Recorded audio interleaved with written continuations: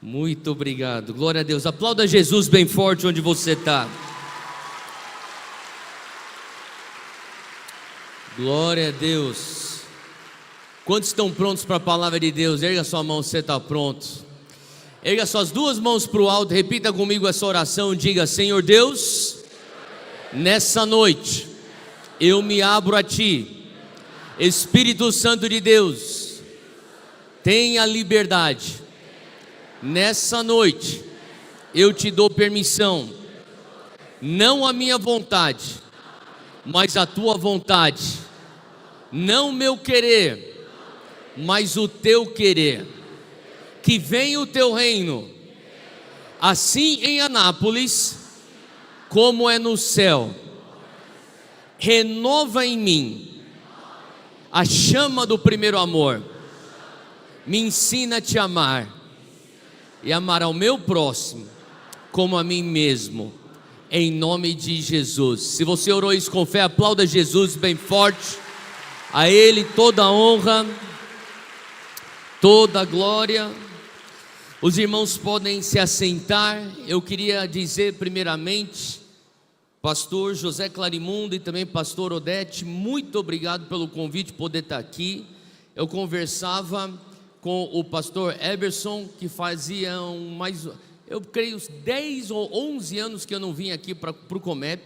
É uma alegria poder estar aqui de volta, e hoje debaixo da liderança do pastor Pedro e da missionária Rayane. Muito obrigado por me receber, e também honro aqui as autoridades, ex-governador, deputado federal e todas as autoridades presentes.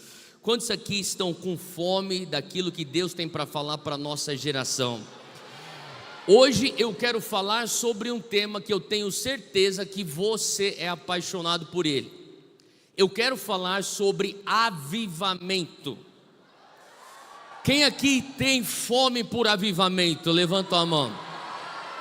Bom, nós tivemos aqui a fala sobre unievangélica, e eu achei até tão propício, porque o que eu tenho hoje não é tanto um sermão. O que eu tenho hoje não é tanto uma palestra ou pregação, talvez um pouco mais uma explanação de avivamento.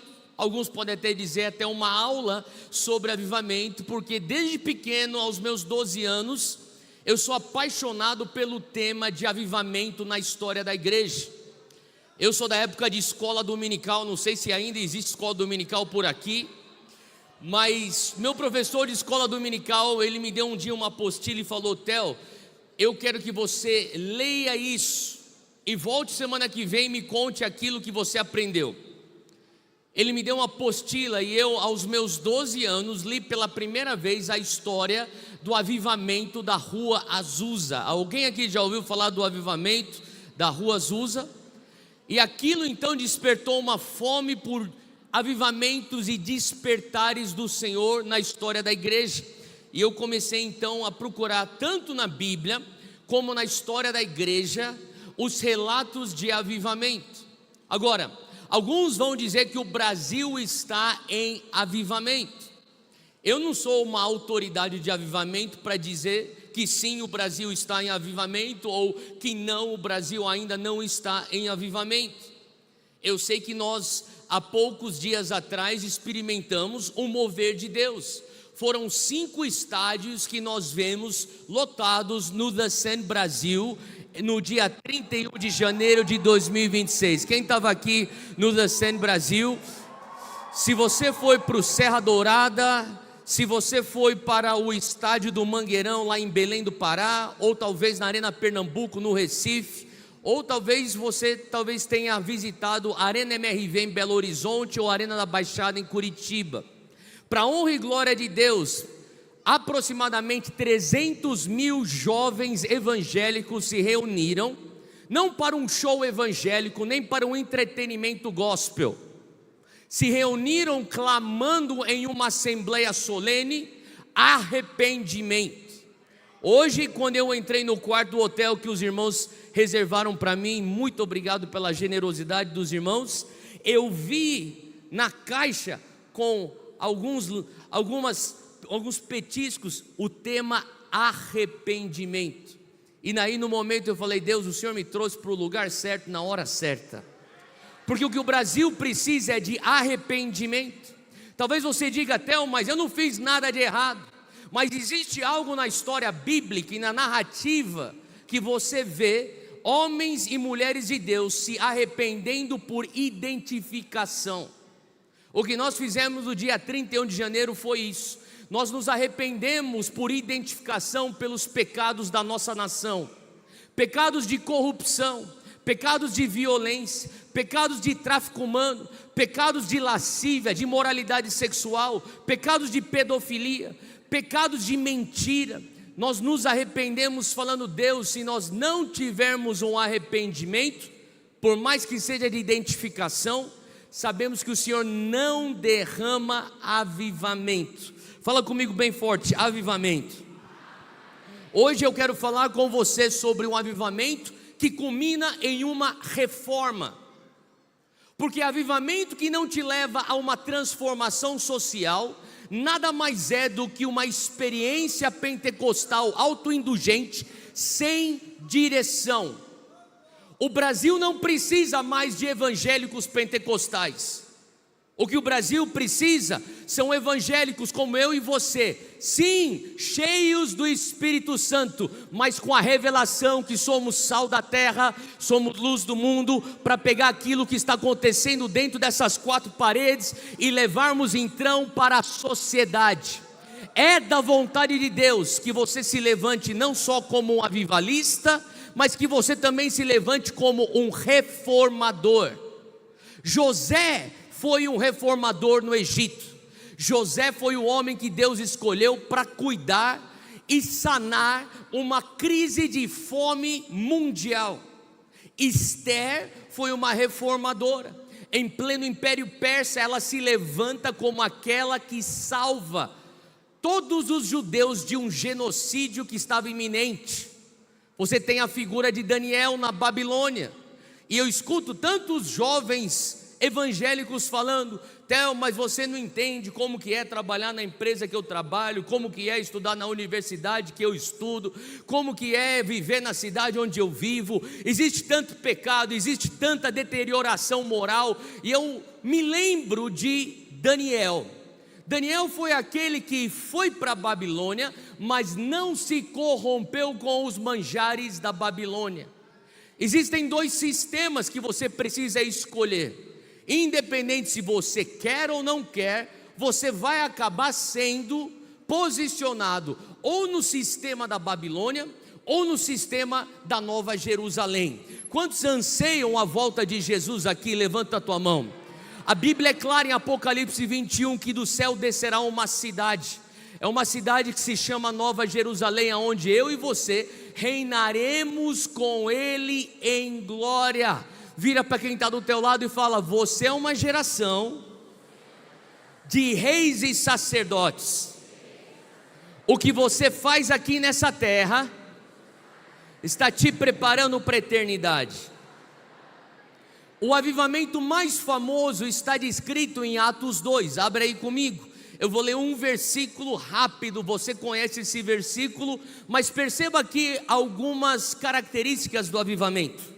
Versículo 2 de Atos 2 diz, de repente, fala comigo, de repente. Sabe que o avivamento carrega um elemento surpresa? Você pode dar total condição para Deus invadir tua realidade.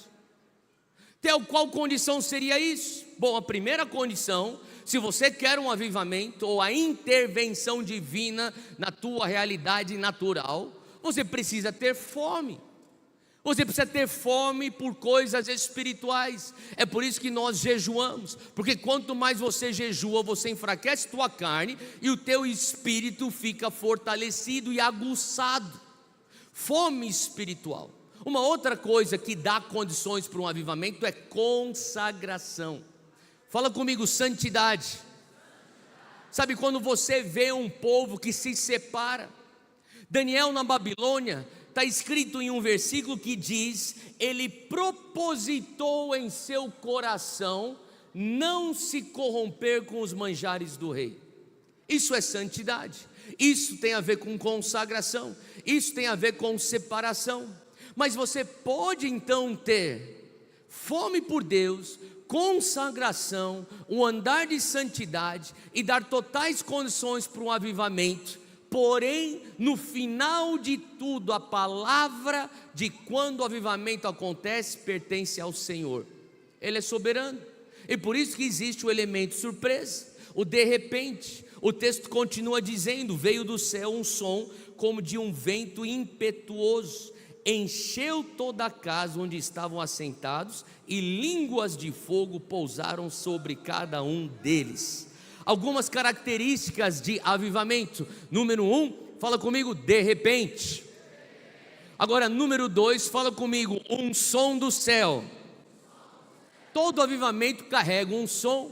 É por isso que quando você vê grandes moveres de Deus, você também vê um grande mover de louvor, de adoração.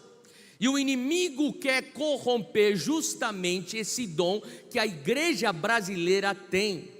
A igreja brasileira tem o dom de adoração. A versão corrompida de adoração é idolatria. E isso acontece de maneira muito sutil, quando nós substituímos os nossos altares por palcos. O Senhor quer restaurar palcos. Quem pode dizer amém para isso? Agora você pode apontar o dedo e julgar e falar: aquele artista gospel é isso, ou aquele cantor evangélico é aquilo. Mas a pergunta que eu faço hoje é: será que você constrói um altar no teu lugar secreto na tua casa?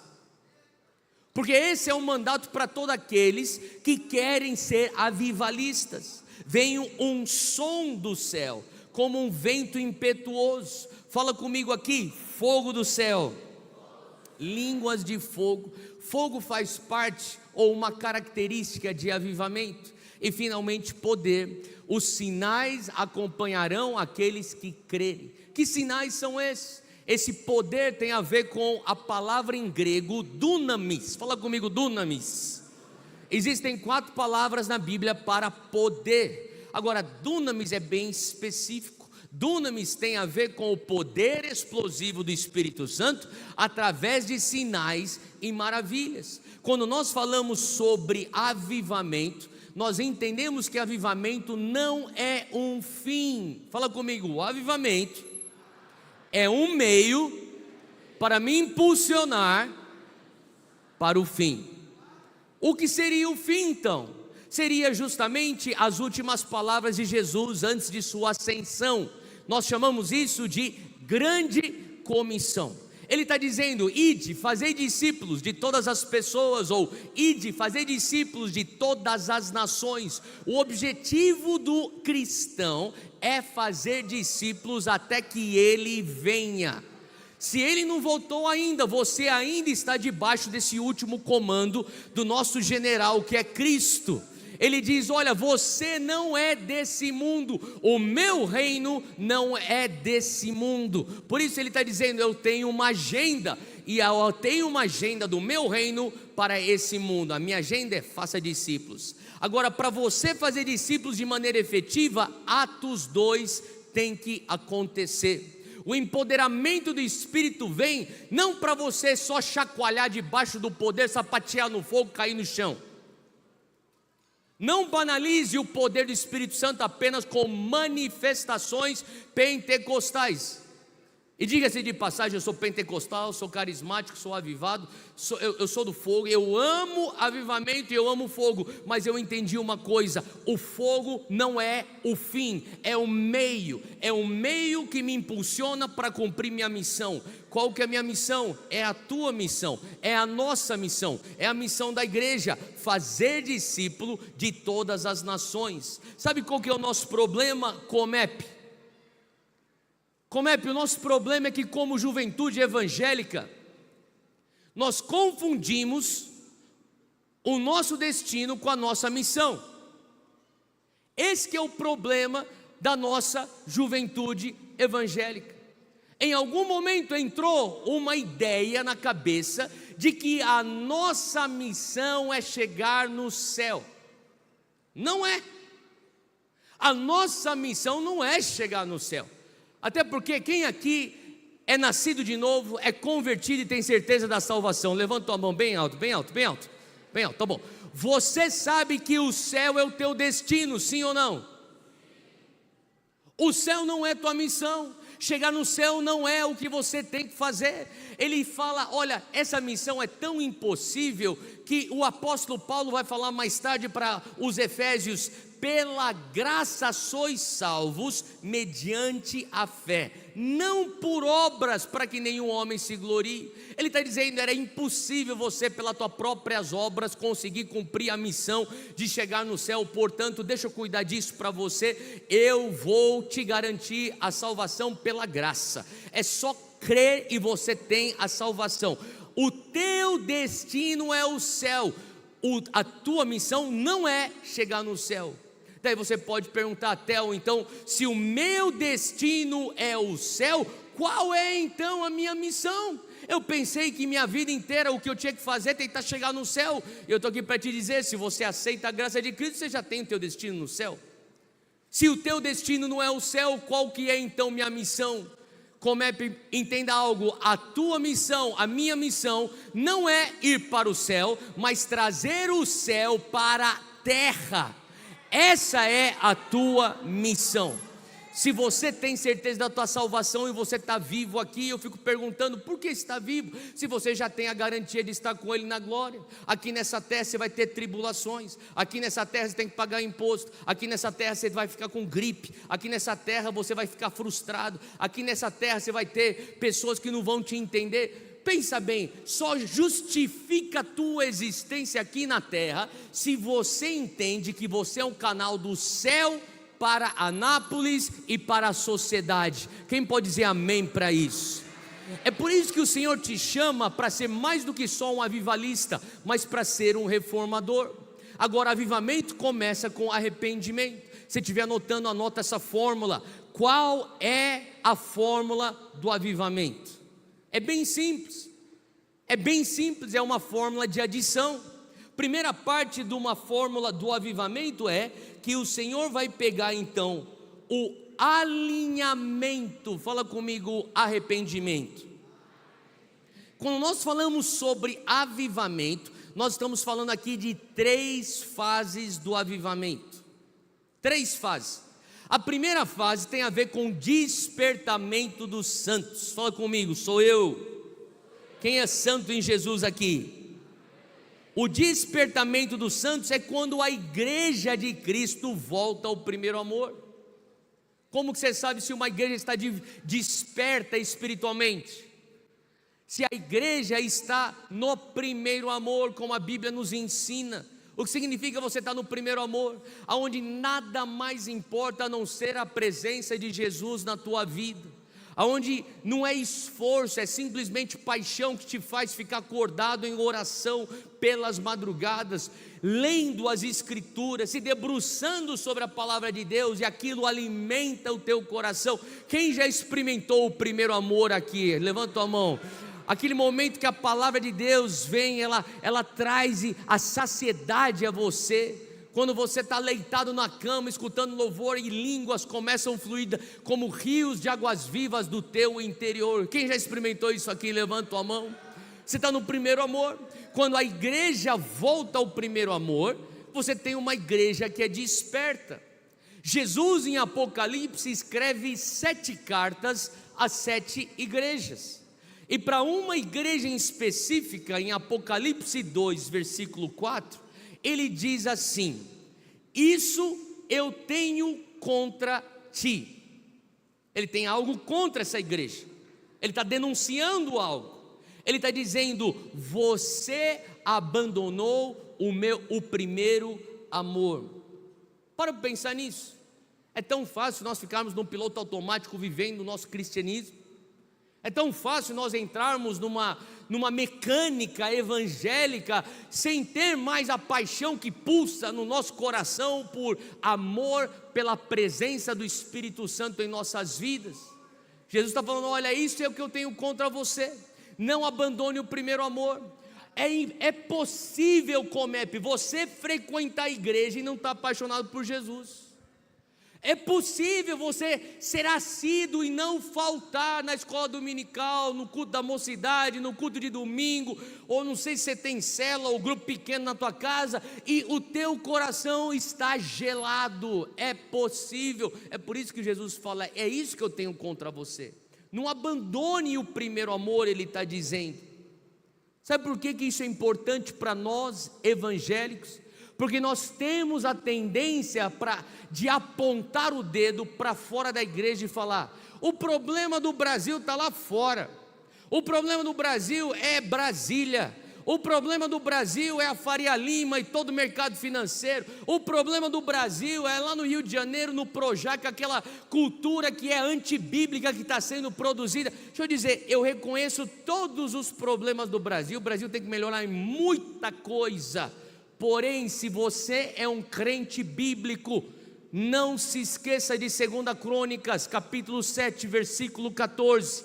A palavra de Deus diz: se o quê? O meu povo. Quem aqui é povo de Deus? Fala para quem está falando de você. Não está falando se o governo, não está falando se os banqueiros, não está falando se a classe artística, ou se os professores da academia. Ele disse: o meu povo. A responsabilidade começa conosco. A responsabilidade de um Brasil desperto espiritualmente começa com a igreja de Jesus Cristo, a igreja que você faz parte, que eu faço parte.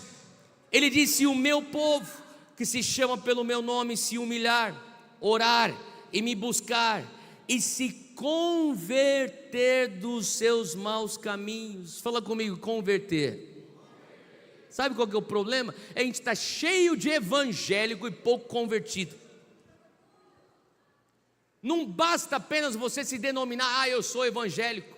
O Senhor procura aqueles que falam: eu creio em Jesus e eu vou me converter dos meus maus caminhos, eu vou virar as costas para o pecado.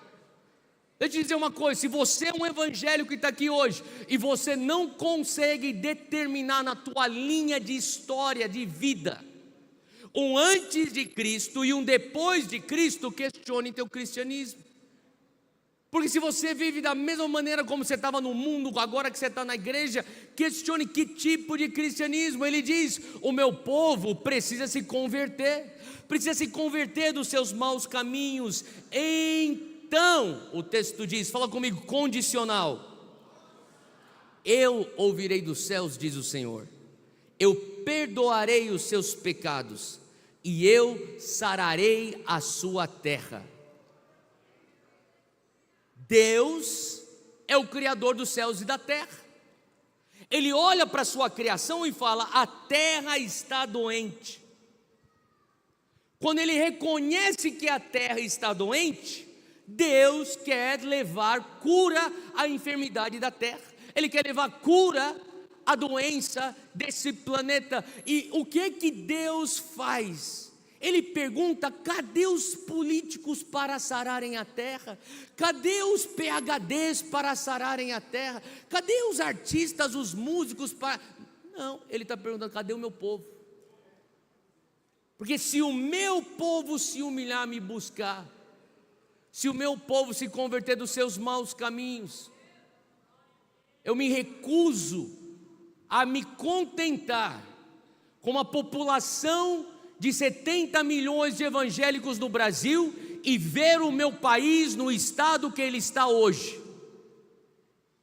Não é possível que a igreja, quase 1/3 da população brasileira, não está salgando a terra, iluminando o mundo, porque talvez a estratégia do diabo é falar: pega essa massa inteira de evangélicos e vamos encurralá-los dentro das 4 paredes da igreja. E eu estou aqui para te dizer que Deus não te chama para você ficar parado aqui dentro. Venha para a igreja assim. Eu sou pastor de igreja local lá em São Paulo.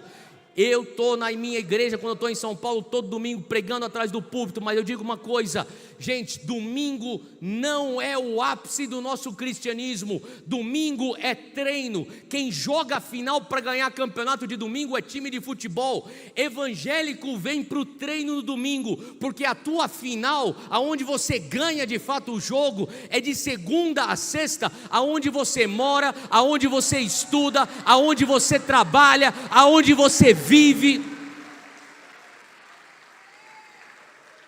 É por isso que eu não posso concordar mais com aquilo que o pastor José Clarimundo acabou de dizer. Jovens, estudem. Hoje, Dunamis Pockets, que é um dos braços do Dunamis, a organização que eu lidero, nós estamos, das top 100 universidades do Brasil, estamos presentes em 87 delas.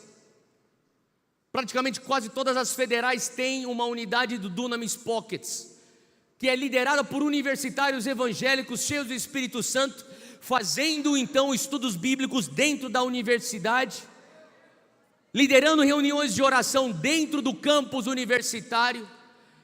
E algo que nós começamos a falar 15 anos atrás para eles é: eu sei que eles estão perseguindo a tua fé dentro aí da Universidade Federal, e o que a gente falava para eles é: não saia daí, estude, pega o diploma, pega o teu mestrado, pega o teu doutorado e volta você para dar aula.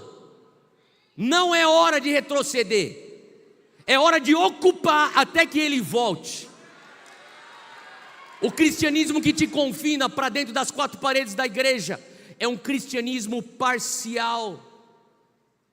Se você crê no evangelho pleno, você vai entender que o que Deus está fazendo hoje na igreja é alinhamento. Fala comigo, alinhamento. Alinhamento vem através de arrependimento. Tem tanta gente que quer aceleração, e deixa eu te dizer, nós temos aceleração. De maneira vertiginosa, a população evangélica está crescendo nessa nação. O que nós não carecemos é aceleração, nós já temos aceleração, mas o que nós carecemos é alinhamento. Fala comigo, arrependimento. Qual que é a fórmula então do avivamento?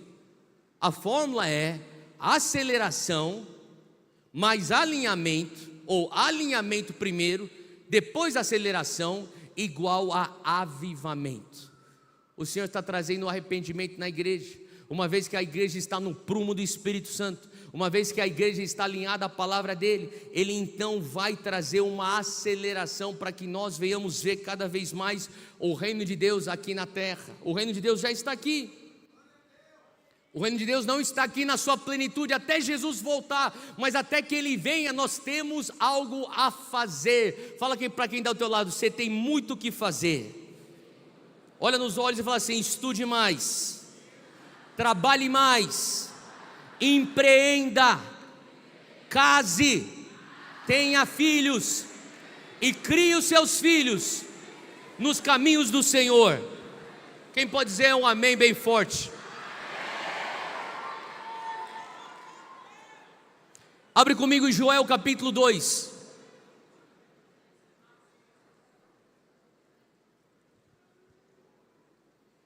Joel 2 conta de um exército. É o exército de Joel 2. Versículo 12 diz: agora porém declara o Senhor, voltem-se para mim de todo o coração, com jejum, lamento e pranto. Ele diz: volta para mim. Ele está falando de arrependimento. Em Joel 2 versículo 12 ele fala: se você se arrepender, fala comigo, condição. Olha o que ele faz depois do arrependimento. Versículo 28 de Joel capítulo 2: e depois disso eu derramarei do meu espírito sobre todos os povos, os seus filhos e suas filhas profetizarão, os seus velhos terão sonhos e os seus jovens terão visões. Quantos querem receber o derramar do Espírito Santo? Quantos entendem que quando o Espírito Santo é derramado, as coisas aceleram na nossa vida? O Senhor quer acelerar a igreja, o Senhor quer acelerar a promoção do Evangelho, o divulgar das boas novas, mas isso é condicional ao arrependimento. A palavra aqui no texto original em hebraico é a palavra shob, e shob, S-H-O-O-B, literalmente significa voltar-se a Deus. Ele está dizendo: você pode se considerar o meu povo, só que você está indo na direção oposta de onde eu estou. Ele diz: volte-se para mim. Se você se voltar a mim, aí então eu vou derramar sobre você o meu espírito. É a mesma coisa que o apóstolo Pedro fala depois de Pentecostes aos seus conterrâneos judeus. Atos 3, versículo 19, ele diz: arrependam-se, pois, e voltem-se para Deus, para que os seus pecados sejam perdoados e que venham tempos de refrigério da parte do Senhor. Quantos aqui anseiam por tempos de refrigério da parte do Senhor? Ele está dando condição, arrependimento. Uma igreja arrependida é uma igreja que está desperta. Agora, eu falei aqui que eu ia falar um pouquinho sobre avivamento e a história. Tem um avivamento que começou em 1904, eu vou usar aqui e citar alguns exemplos, tudo bem? Você está comigo aqui? Vou citar bastante exemplos, por sinal, então vai anotando, depois você entra no Google, você faz sua pesquisa. Um dos avivamentos mais marcantes e importantes depois de Atos 2 foi o avivamento de 1904 de País de Gales. E esse avivamento começou com esse jovem aqui chamado Evan Roberts. Evan Roberts era um jovem que dava aula numa escola dominical, e eu, por sinal, estive 3 meses atrás em Gales ministrando para uma conferência de pastores, e depois de eu ter terminado a conferência que eu estava ministrando, eu pedi para os meus anfitriões: existe como eu visitar a capela de onde começou o avivamento do País de Gales? Ele falou: é 3 horas daqui, mas a gente te leva. E eles me levaram, e quando eu cheguei lá, o lugar não era muito grande, a capela deveria ser talvez metade desse palco. E quando eu cheguei lá, os irmãos lá foram tão generosos comigo, eles deixaram uma senhora que é guia oficial da capela de Moriá, que é a capela onde aconteceu o avivamento do País de Gales, e ela começou a me contar a história do avivamento do País de Gales. Agora, eu já tinha lido sobre isso, mas ela tinha tantos detalhes que eu não sabia, e ela aponta então para o mezanino e fala assim: foi bem ali que começou com Evan Roberts. Evan Roberts ficou de pé e levantou a mão no meio da aula e disse assim: eu creio que nós precisamos ter momentos de confissão de pecados. E ele começou a confessar pecado, e ela falou que veio uma sobriedade naquela capelinha lá no interior do País de Gales, no Reino Unido, e de repente outras pessoas começaram a levantar a mão, e aquilo começou a desencadear uma confissão pública de pecados, um atrás do outro, atrás do outro, atrás do outro, atrás do outro. E aquilo então foi um despertamento na igreja. As pessoas vinham, as reuniões não paravam, e esses relatos do derramar do Espírito Santo no País de Gales correu então pelo mundo inteiro, até chegar lá em Los Angeles em 1906, na Rua Azusa. Alguém aqui já ouviu falar da Rua Azusa? A Rua Azusa, naquele momento, você tinha, bem aqui nessa foto você está vendo o prédio original, tinha um homem chamado William Seymour. William Seymour era filho de escravo, ele era caolho, um homem que não tinha direito como outro cidadão branco, porque ele não era branco, e ele era marginalizado, mas aquilo não impedia dele ter fome por Deus. Ele tinha uma fome que ele começou então a fazer uma reunião de oração no almoço, que desencadeou então naquilo que nós sabemos e chamamos de movimento pentecostal. Quem aqui é pentecostal? Faz barulho onde você está, dá um glória bem forte. As nossas raízes traçam para isso. O avivamento pentecostal lá de Los Angeles, na Rua Azusa. Agora, um pouquinho antes disso, do outro lado do mundo, tinha essa mulher aqui, lá na Índia, num lugar chamado Pune, Índia. Você vai ver, essa mulher se chama Pandita Ramabai. Fala comigo, Pandita. Fala, Ramabai. Depois você dá um Google e pesquise essa mulher. Essa mulher já nasceu na aristocracia indiana. Ela era da mais alta casta. Se você sabe um pouco sobre a Índia, eles têm um sistema de casta, e quando você nasce naquela casta, não tem o que você fazer, você está naquela classe social, e não tem o que você não sai de lá. Ela era da mais alta classe social. Os pais enviaram ela para a Inglaterra para fazer faculdade. Ela foi estudar numa universidade chamada Cambridge, que até hoje é uma das top universidades do mundo. Enquanto ela estava lá estudando, alguém falou de Jesus para ela. Alguém abriu a Bíblia, evangelizou ela, se converteu radicalmente. Agora ela tinha dinheiro, ela tinha privilégio, ela ficaria no primeiro mundo, lá na Inglaterra, mas o Espírito Santo pôs um incômodo no coração. Ela falou: não, eu vou voltar para a Índia, e eu vou cuidar daqueles que são da mais baixa casta. Tinham pessoas na mais baixa casta que tinham filhas, e eles preferiam filhos do que filhas, e quando tinham filhas, eles sabiam: nós não temos dinheiro para criar, eles abandonavam essas filhas, essas bebês meninas. Então Pandita Ramabai foi recolhendo as bebês, e ela chegou a diariamente alimentar 3.000 órfãs no orfanato que ela construiu. Para pensar nisso. Imagina que você alimentar 3.000 órfãos todo dia, café da manhã, almoço, jantar. E aquelas meninas começaram a crescer no seu orfanato, e dela começou a transformar o orfanato numa escola. Elas não tinham direito a ser então alfabetizadas. Pandita Ramabai falou: não, eu vou te alfabetizar, e vou te alfabetizar com a Bíblia. Elas se converteram, ela discipulava elas, ela as educava. E um dia numa reunião, uma delas levantou a mão e falou: eu quero confessar pecado. E ela confessa pecado. De repente, outras começam a levantar suas mãos para confessar pecado. De repente vem uma presença doce do Espírito Santo. Elas começam a ser batizadas no Espírito Santo, orar em línguas. Pandita Ramabai então sente e escuta ali do Espírito Santo que ela deveria então pôr as meninas em grupos de 10 a 15.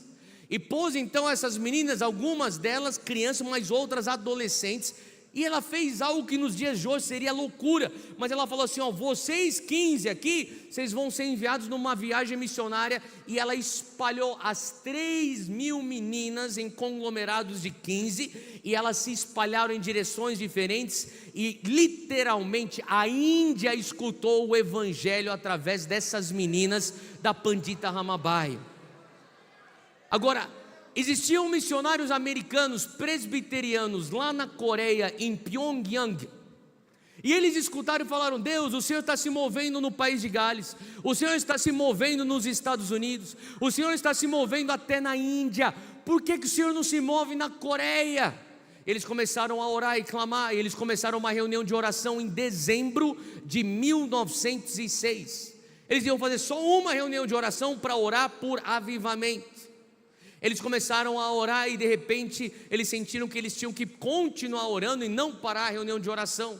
Eles então se tornaram pessoas que estavam orando até a vigília e até o sol amanhecer, e depois um dia inteiro de oração, 2 dias inteiros de oração. Daqui a pouco eles estavam orando 2 semanas de oração, e o Natal estava chegando. Eles falaram: o que a gente vai fazer? Eles se reuniram e decidiram: vamos orar, atravessar o Natal. Oraram pelo Natal, atravessaram, nem comemoraram o Natal, oraram, atravessaram a virada do ano. Quando chegou no dia 16 de janeiro de 1907, esse homem aqui que você está vendo nessa foto se levanta e pede a palavra, e ele fala: eu preciso confessar um pecado.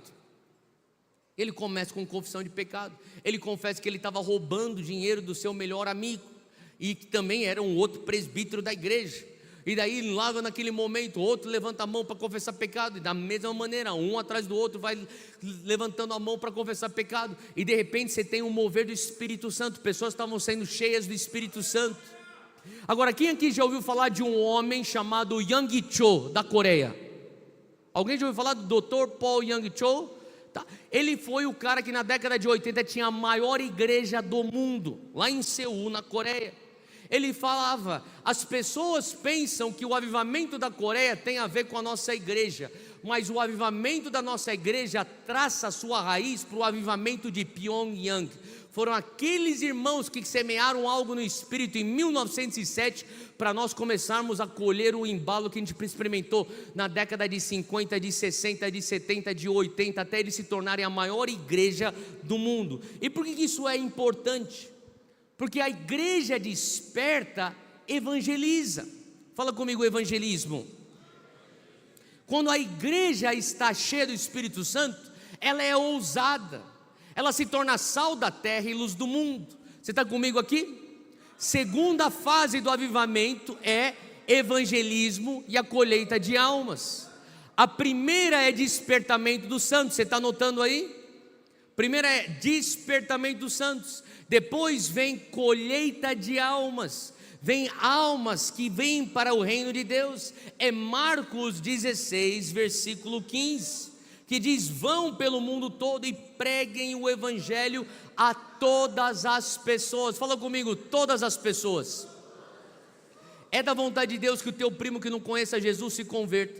É da vontade de Deus que o teu pai que ainda não conhece Jesus se converta. Pensa em um familiar teu, um amigo teu, uma amiga tua que não conhece Jesus. É da vontade de Deus que todos se convertam. 1 Timóteo 2 diz que o nosso Salvador deseja que todos os homens sejam salvos e conheçam a verdade. Agora, lá em 2020, antes da pandemia, em fevereiro de 2020, nós fizemos o primeiro The Sun Brasil. Alguém participou do primeiro, não esse último, do primeiro, tá? Nós tivemos a grata surpresa de abrirmos as inscrições no estádio do Morumbi, e aquilo esgotou em menos de 6 horas e meia. Até então, o recorde do estádio do Morumbi era do Coldplay, 6 horas e 40 minutos. E eles falaram: vocês bateram o recorde, eram mais de 75 mil pessoas naquele estádio. A gente abriu um outro estádio, o Allianz Parque, aquele lá lotou em 3 dias. Daí viemos aqui para o Mané Garrincha, não lotou, mas encheu. Alguns talvez estiveram lá. Naquele momento nós vimos o mover de Deus no dia 8 de fevereiro de 2020. E depois daquele dia eu trombei um jovem de 19 anos de idade, e ele falou assim: Theo, como é que foi para você liderar o The Sun Brasil?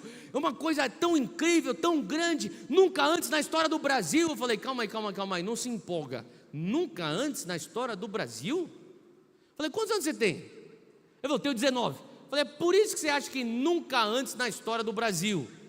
Agora, você sabia que em outubro de 1974, pode pôr aqui, Billy Graham lotou o Maracanã 5 noites consecutivas por um total de 750 mil pessoas nas cruzadas dele em outubro de 74. Olha só, eu falei: não é nunca antes na história do Brasil, isso já aconteceu antes no Brasil. A Convenção Batista Brasileira fez o convite, Billy Graham veio para cá. Só no coral, presta atenção no que eu vou te falar, só no coral 14 mil vozes. O fruto das cruzadas era de 41 ou 42 mil almas ganhas para Jesus. E quando eles falam ganhas para Jesus, é preenchendo formulários, sendo encaminhados para igrejas, plugados para dentro de comunidades de fé. Agora, um relato bem interessante que você encontra nos arquivos da CBB, da Convenção Batista Brasileira, é que naquela semana que Billy Graham estava no Rio de Janeiro fazendo as suas cruzadas no Maracanã, era dito o seguinte: que pelas praias do Leblon, de Ipanema e de Copacabana havia um censo de Deus. Eles falam que as pessoas não eram evangélicas, mas elas perguntavam: quem é Deus, quem é Jesus, o que Deus quer da minha vida? E eles falavam: está acontecendo um culto evangélico lá no Maracanã. E lá já começava algumas características de um mover de avivamento, de colheita. Porque quando Deus está prestes a trazer uma colheita de almas, existe uma curiosidade na alma do homem: quem é Deus? O que Ele quer de mim? Por que eu estou nessa terra? Estou fazendo o que aqui? Vim de onde? Vou para onde? O ser humano pergunta isso. Nós começamos a jornada do The Sun, não foi em 2020, foi em 2019, em Orlando, na Flórida. E eu lembro que a gente organizou o evento no estádio lá de Orlando, na Flórida. Quando terminou, nós tivemos uma reunião no dia seguinte, lá mesmo na Flórida, nos escritórios de Reinhard Bonnke. Alguém aqui já ouviu falar desse alemão, Reinhard Bonnke? Alguém já ouviu falar desse evangelista? Eu vou mostrar aqui uma foto aqui, pode pôr aqui as cruzadas de Reinhard Bonnke. Reinhard Bonnke, ele era um grande evangelista, que ele fazia cruzadas para literalmente 2 milhões de pessoas. Para pensar nisso, 2 milhões de pessoas. Eu estava lá no escritório dele, eu vi as fotos, eu vi o filme, eu vi tudo, eu vi as evidências. É difícil acreditar. As pessoas da equipe deles falavam, quando o Reinhard Bonnke pregava o evangelho, ele deixava ônibus lá no final do campo. Isso é na Nigéria, isso são em países como Zâmbia, em Uganda, campos abertos. E daí eles deixavam os ônibus lá atrás, e quando ele fazia o apelo para a salvação, as vidas que queriam aceitar Jesus como seu Senhor e Salvador, erguiam suas mãos, entravam nos ônibus e eles dirigiam eles até o altar, porque era tão comprido que até a voz dele chegava no fundo com 2 minutos de delay. Para pensar nisso. Reinhard Bonk, no final da sua vida, ele faleceu para estar com Jesus há poucos anos atrás, mas quando ele faleceu, a marca que ele tinha, e está lá na placa, na parede do escritório dele, eu vi, 79 milhões de almas ganha para Jesus. Você consegue glorificar Jesus por 79 milhões de almas?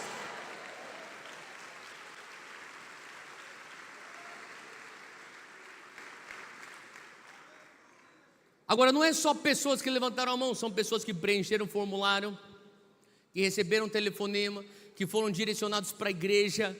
E a última vez que eu conversei com o pessoal do escritório dele, que continua o ministério, eles tiveram uma conferência em Curitiba ano passado, e eu falei: cara, eu fui lá no escritório de vocês, 79 milhões, eles falaram: desde que Reinhard foi, nós continuamos as cruzadas, e nós já batemos a meta de 100 milhões de almas para Jesus, para a honra e glória do Senhor. Por que isso é importante, Comep? Quem aqui é discípulo de Jesus? Levanta a mão se é discípulo de Jesus. Deixa eu dizer uma coisa: está no DNA do discípulo fazer discípulos. Se você falar: eu não choro por almas, eu não tenho encargo por vida, você tem que questionar o teu cristianismo. Quando você realmente é um discípulo, você está na tua genética espiritual fazer discípulos. Você não escolheu parecer com o teu pai, sim? Não, você não escolheu. Você não escolheu parecer com tua mãe, não é verdade? Mas estava na tua genética quando você foi concebido, quando você teve então teu nascimento, você tinha na tua genética os genes do teu pai e da tua mãe. Quando você nasce de novo, você se torna uma nova criatura, você ganha um DNA espiritual. E quando você tem uma conversão genuína, você tem na genética espiritual do discípulo o anseio de fazer discípulos. Você crê nisso? Você começa com o despertamento dos santos, depois você vai para a colheita de almas, e nós glorificamos a Deus, porque eu creio que o Brasil, que foi o campo missionário no século 21, será a força missionária. O Senhor está levantando brasileiros para serem missionários, para irem para a janela 1040, neste ano 2026, ainda no mundo em que vivemos. Você acredita que existem 3 bilhões de pessoas aproximadamente que nunca ouviram falar o nome de Jesus? E se você não se incomoda com isso, questione o teu cristianismo. Eu estou falando daquilo que nós chamamos de janela 1040, que é as coordenadas daquele lado do mundo que pega o norte da África, o leste europeu, varrendo para a Ásia Central, os Himalaias, até o Oriente. A janela 1040 é onde as pessoas ainda não escutaram falar de Jesus. Primordialmente o mundo islâmico, primordialmente o mundo budista, primordialmente o mundo hindu. O Senhor está levantando você, jovem evangélico brasileiro, não para viver num gueto gospel brasileiro, mas para você se levantar como sal da terra, como luz do mundo, com teu músculo missional, e viver a grande comissão de Mateus 28:19 como teu estilo de vida. Theo, aonde que eu começo? Você começa na tua escola, você começa na tua universidade, você começa na tua vizinhança, você começa na tua família, e eventualmente o Senhor te leva para as nações. Eu finalizo com a terceira fase. Fala comigo: reforma. E eu quero te apresentar, talvez você tenha até ouvido falar desse homem, mas esse cara aqui é um reformador, que é um herói da fé para mim. O nome dele é William Wilberforce. Eu vou pedir para pôr aqui na tela. William Wilberforce foi esse reformador e não apenas um avivalista. William Wilberforce era inglês. Ele cresceu na Inglaterra numa família aristocrata.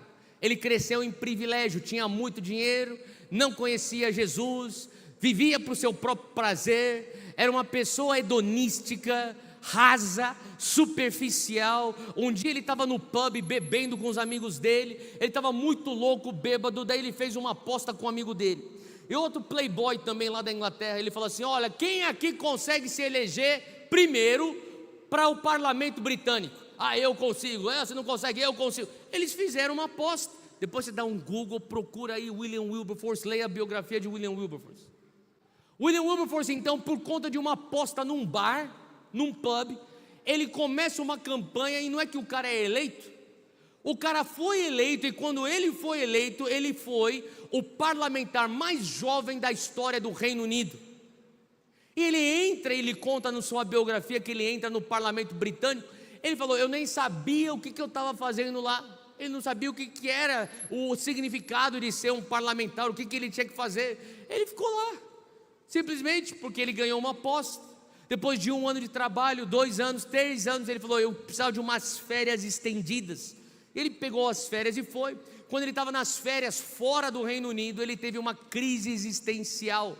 A crise dele era: Deus, por que o Senhor me abençoou tanto? Deus, por que o Senhor fez eu nascer numa família tão rica? Por que o Senhor me deu acesso à melhor educação? Eu nem sei se o Senhor existe, eu nem sei o que eu estou fazendo aqui nessa terra, eu nem sei o que eu estou fazendo naquele parlamento. Ele estava numa crise existencial, e daí ele teve uma ideia. Ele falou assim: quando eu voltar para Londres, eu vou ver se eu visito uma igreja, vai que eu consiga resolver essa crise na igreja. E ele foi. Ele honrou esse compromisso, apareceu numa igreja, ele escutou o evangelho através de um grande pregador chamado George Whitefield. Se você ama o metodismo, você vai entender que George Whitefield foi um dos grandes homens de Deus que Deus usou junto com John Wesley para esse movimento, esse avivamento lá da igreja metodista. Ele escuta o evangelho, ele vai para frente, ele entrega a sua vida para Jesus e começa a andar. Agora, George Whitefield não era o pastor daquela igreja. O pastor daquela igreja se chamava John Newton. Agora, por que eu estou falando esses nomes? É importante, vai fazer sentido daqui a pouco. John Newton, talvez você nunca tenha escutado falar desse homem, mas com certeza você escutou a canção que ele compôs. A canção que ele compôs é Amazing Grace. Alguém aqui já ouviu falar de Amazing Grace? Graça maravilhosa. Essa é a canção que John Newton compôs. E por que John Newton compôs Amazing Grace? Graça maravilhosa que salvou um pecador imundo como eu. Porque ele antes era dono de navio negreiro, ele antes era traficante de escravos, e depois que ele conheceu Jesus, a sua vida foi totalmente transformada e convertida. Ele se tornou então um pregador do evangelho. Ele olhava para trás na sua história e falava: que pecador que eu era, olha onde eu estou, é só uma graça maravilhosa que me traz aqui. Esse era John Newton, o pastor de William Wilberforce. Um dia William Wilberforce faz então um aconselhamento, um gabinete com seu pastor. Ele está falando: pastor, eu estou tentando ainda descobrir o que eu estou fazendo dentro daquele parlamento. Estou tentando descobrir por que Deus me deu tanta oportunidade na vida e me deu tanto privilégio. E John Newton então dá um conselho para que ele viesse fazer uma oração perigosa. E hoje, Comep, eu vou lançar esse desafio para você fazer essa oração perigosa que William Wilberforce fez. Você está pronto para esse desafio? Quem está pronto para fazer a oração perigosa hoje? Sabe qual que era a oração que ele falou? Ele falou: William, eu te desafio por 2 semanas, todas as noites, antes de dormir, faça essa oração. É uma oração simples, mas perigosa. Diga assim: Senhor Deus, põe no meu coração a dor que está no teu coração. Só isso. Ele orou uma noite, acordou a manhã seguinte, não tinha nada de diferente. Ele orou a segunda noite, acordou no dia seguinte, não tinha nada de diferente. Ele foi fiel ao desafio, ele foi 2 semanas orando e não tinha nada de diferente. Ele falou: minha vida não mudou, estou orando essa oração, não está acontecendo nada comigo. Um dia ele estava andando pelas ruas de Londres e ele viu algo que incomodou ele profundamente. Ele viu um homem branco açoitando seu escravo, um homem negro. E ele pensou: por que isso aqui está me incomodando? Ele falou: eu cresci nisso, a gente tinha escravo em casa, nunca me incomodou. E todo momento que ele via escravos, aquilo incomodava, porque ele estava com a revelação que todo ser humano é feito na imagem e na semelhança de Deus, e que a dignidade é para todos. A dignidade humana é independente de raça, de etnia, de cor de pele. E aquele negócio começou a incomodar ele. E daí ele foi falar para John Newton: eu não sei porquê, de alguma coisa aconteceu, está me incomodando. E ele falou: talvez é por essa razão que você está no parlamento. Sabe o que isso me lembra? Mordecai falando para Esther: quem sabe não é para essa hora que Deus te pôs no palácio do rei. Então ele começou a estudar, ele começou a desenvolver um projeto de lei, ele começou a desenvolver o projeto de lei de anti-escravatura. Esse homem começou então a falar: eu vou passar esse projeto de lei. Ele tentou uma vez, foi rejeitado, porta na cara, pum! As pessoas falaram: um absurdo, a economia vai colapsar, não existe Inglaterra, Reino Unido sem escravos, você está maluco? E daí ele tentou de novo, melhorou o projeto de lei, tentou passar, pum! Porta na cara, rejeitado. E daí ele começou então a pegar o grupo de amigos dele também, evangélicos de privilégio da aristocracia: vamos fazer alguma coisa aqui. Era um grupo chamado Clapham Sect, e depois você pode também fazer a pesquisa desse grupo. E eles começaram então a melhorar o projeto, levar a conscientização, tentaram mais uma vez. Ele tentou 30 anos passar essa lei e foi rejeitado todas as vezes. Só que aquilo estava incomodando o seu coração, aquilo não deixava ele dormir. Ele falava: eu preciso ver essa lei passar. E foi quando ele morre, em 1834, um mês depois que ele morreu, a lei teve moção no parlamento, foi aprovada a lei de anti-escravatura em todo o Império Britânico. Em um só dia, em 1834, 800 mil escravos foram libertos. Quem pode dar glórias a Deus por isso?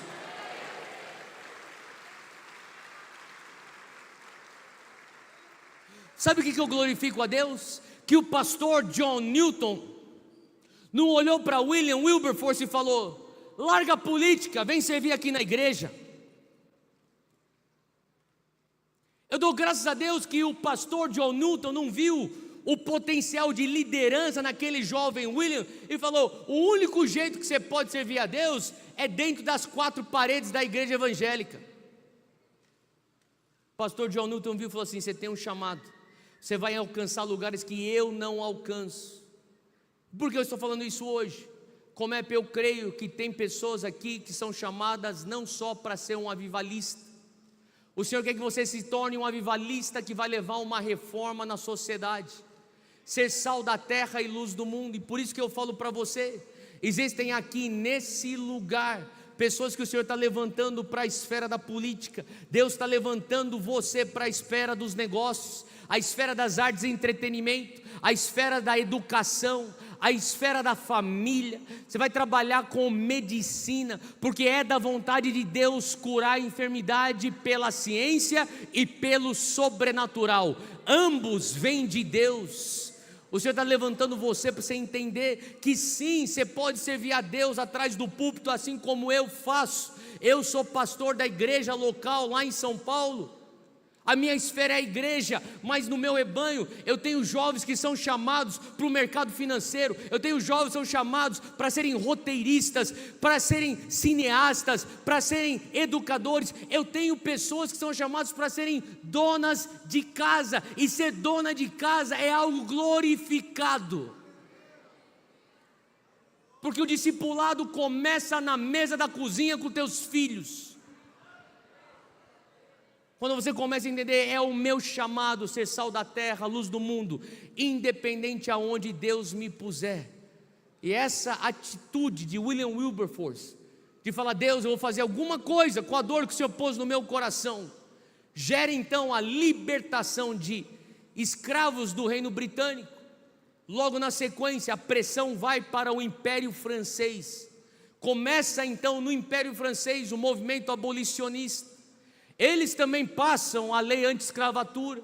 A pressão cruza o Atlântico para a América do Norte, nos Estados Unidos. E a pressão é tanta que se instala uma guerra civil nos Estados Unidos em cima da pauta da lei anti-escravidão. E glória a Deus que o Senhor encontrou no Brasil uma mulher chamada Princesa Isabel, que disse: isso está incomodando o meu coração, porque incomoda o coração de Deus. E se hoje não é legal e não é legalizado termos escravos e cometer essa injustiça, é porque o Senhor está levantando o exército, não só de avivalistas, não só de pessoas que vão fazer evangelismo, mas pessoas que vão pegar os princípios do evangelho e levar para todas as esferas da sociedade. Quem pode dizer amém para isso? Feche os teus olhos onde você está, eu quero orar com você. Comep, avivamento sem reforma é uma experiência pentecostal autoindulgente, sem direção, que produz uma subcultura. O Senhor não te chamou para você ser uma subcultura evangélica. O Senhor sempre levantou a sua igreja para ser a contracultura secular. O Senhor quer levantar a partir daqui um exército de Daniéis, um exército de Josés, um exército de Esther. Da mesma maneira, uma reforma sem avivamento é mera ação social que não contempla a eternidade. O Senhor está te chamando para você se mover nos dois. O Senhor está te chamando para você ansiar por avivamento. Avivamento começa com arrependimento. Deus, tudo que está na minha vida fora do teu prumo, Espírito Santo traz convicção. Põe no teu prumo. E o Senhor vai começar a pôr o amor por vidas. O Senhor quer te fazer um evangelista onde é que você estiver. O momento que você disse sim para Jesus, você se tornou um missionário de tempo integral. Você percebendo isso ou não, você é um missionário de tempo integral. A única coisa que te difere do teu irmão do teu lado é a tua esfera de atuação. Eu tenho uma prima minha que é professora de química. Ela entendeu isso. Ela falava para mim: Theo, quando eu entro para dar aula, eu olho para a minha sala de aula e eu vejo minha congregação. Eu estou ensinando química, mas eu estou falando, Deus, que eles venham ter um encontro com o autor da química, o autor de tudo que existe nessa terra. Pai, eu peço que o Senhor venha tocar lá de trás até aqui à frente, com o fogo do avivamento, avivalistas e reformadores. Toma 30 segundos. Toma 30 segundos agora onde você está. Espera no Senhor. Deixa o Espírito Santo tocar teu coração. Deixa o Espírito Santo pôr um fogo em você que você não vai conseguir conter nem controlar. Deixa o Espírito Santo te tocar com poder. Vem, Espírito Santo. Levanta a partir da nossa nação, a partir de Anápolis, uma onda de missionários, plantadores de igreja. Tem alguns aqui que estão, Deus te chamou para você começar escolas. Tem uns aqui que o Senhor está te chamando para você voltar a estudar mais e voltar para dar aula onde você está estudando. Tem alguns que o Senhor está te levantando de tal maneira, uma fé inabalável, que você fala: eu não acho que era possível, mas sim, o Senhor quer te levantar como médico, como engenheiro, como advogado, para fazer justiça para aqueles que não têm voz. Pai, levanta os ativistas sociais, biblicamente centrados. Levanta, Senhor Deus, os reformadores. Eis-nos aqui. Mais fogo. Nos capacita, Deus, para sermos uma igreja não apenas de poder e não apenas de palavra, mas uma igreja de poder e palavra. Pai, eu peço que o Senhor venha pôr uma paixão pela Tua presença em nossos corações. Eu sinto que o Senhor está se movendo nesse lugar. Alguns estão sentindo como se fosse um toque físico do poder do Espírito Santo no teu corpo. Se você está sentindo fisicamente, não estou falando em fé ou linguagem de expressão, estou falando literalmente, está sentindo um toque no teu corpo, um toque físico do Espírito Santo. Fica de pé onde você está. Você não precisa nem vir para frente, só fica de pé. Se você falar, eu estou sentindo um toque físico de Deus no meu corpo. E você que está de pé, só fecha os teus olhos. Ao ficar de pé, você está dizendo, Deus, eu reconheço o que o Senhor está fazendo na minha vida. E à medida que você vai recebendo o toque físico do Espírito Santo, se ponha de pé onde você está. E se você ora em línguas, começa a orar no Espírito onde você está. Abre tua boca, começa a orar no Espírito. Vai recebendo, vai fluindo no Espírito. Pai, abra os ouvidos espirituais hoje à noite. Abra, Senhor Deus, os olhos espirituais hoje à noite, Senhor Deus. Pai, libera hoje encontros com a Tua presença. Libera hoje, Senhor Deus, visitações angelicais, sonhos proféticos. Libera, Pai, encontra a Tua igreja, encontra Teu povo. Marca com fogo do avivamento a Tua igreja. Marca uma geração, Senhor Deus, para a honra e glória do Teu nome. Marca uma geração. Clame ao Senhor, clame ao Senhor. Nesse lugar aí, erga suas mãos, começa a clamar ao Senhor aonde você está. Vamos lá, Comep, abra a tua boca, começa a clamar e pedir um toque do Espírito Santo na tua vida agora.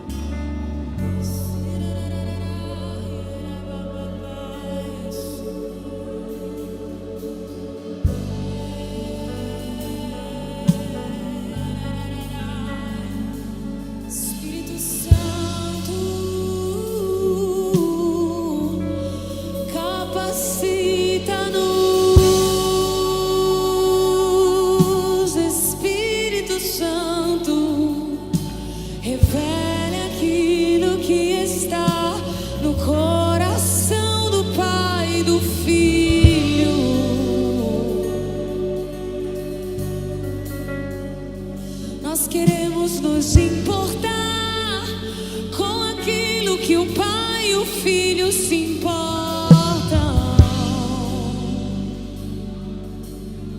Dá-nos ouvidos para ouvir, olhos para ver, e capacita-nos, Espírito Santo.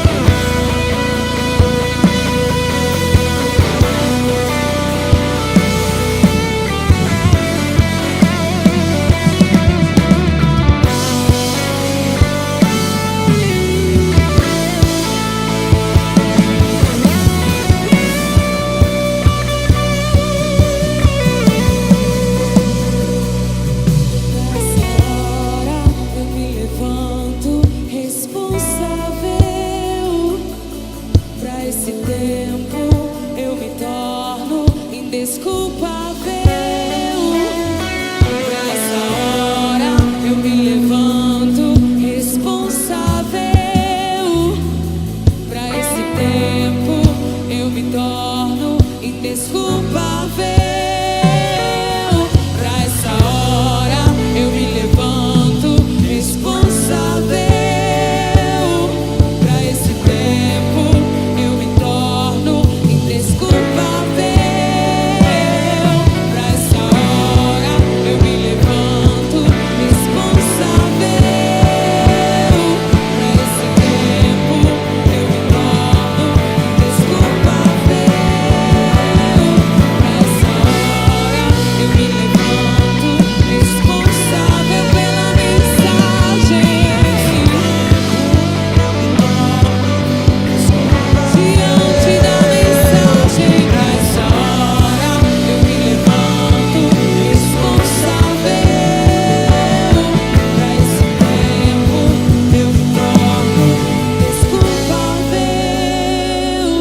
Pra essa hora eu me levanto. Você pode declarar isso, querido? Usa-nos, Senhor. Eu me torno indesculpável. Pra essa hora eu me levanto responsável. Pra esse tempo eu me torno indesculpável.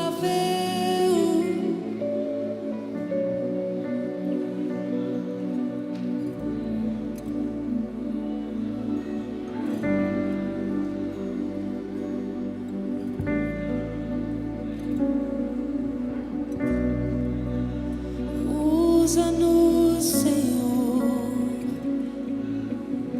Nós fazemos um voto contigo nessa noite.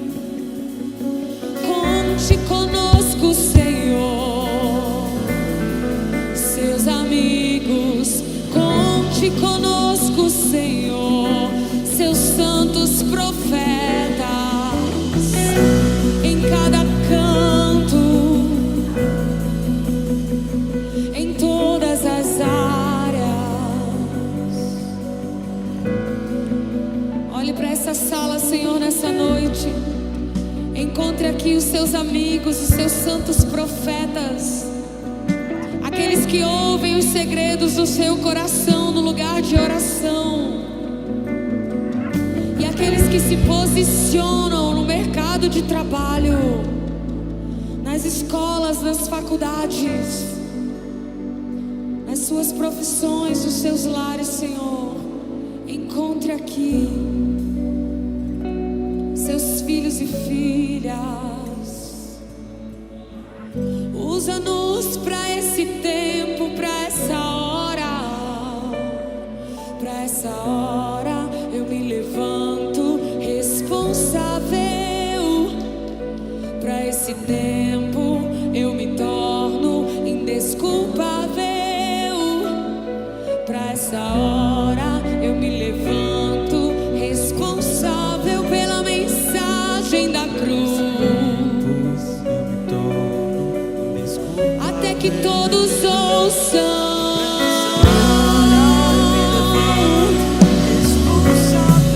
até que todos conheçam.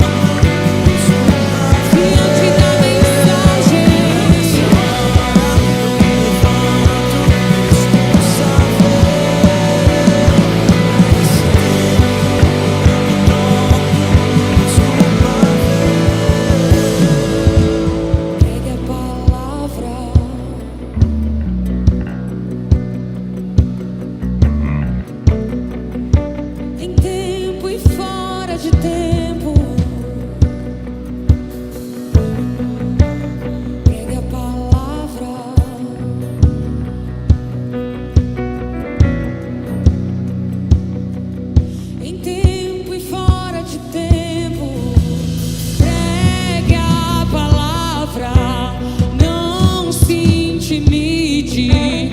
Tenha coragem para enfrentar o engano. Pregue a palavra, suporte as aflições.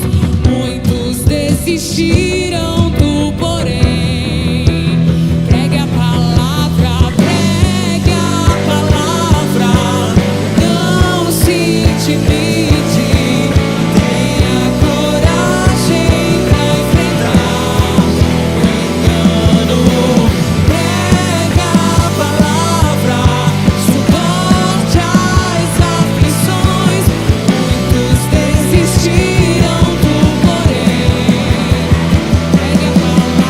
Muitos desistiram, tu porém pregue a palavra, não se intimide, tenha coragem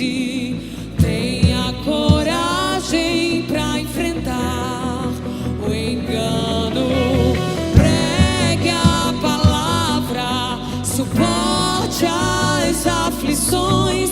Muitos desistiram, tu porém pregue a palavra, pregue a palavra. Não se intimide, tenha coragem para enfrentar o engano. Pregue a palavra, suporte as aflições. Muitos desistiram, tu porém pregue a palavra.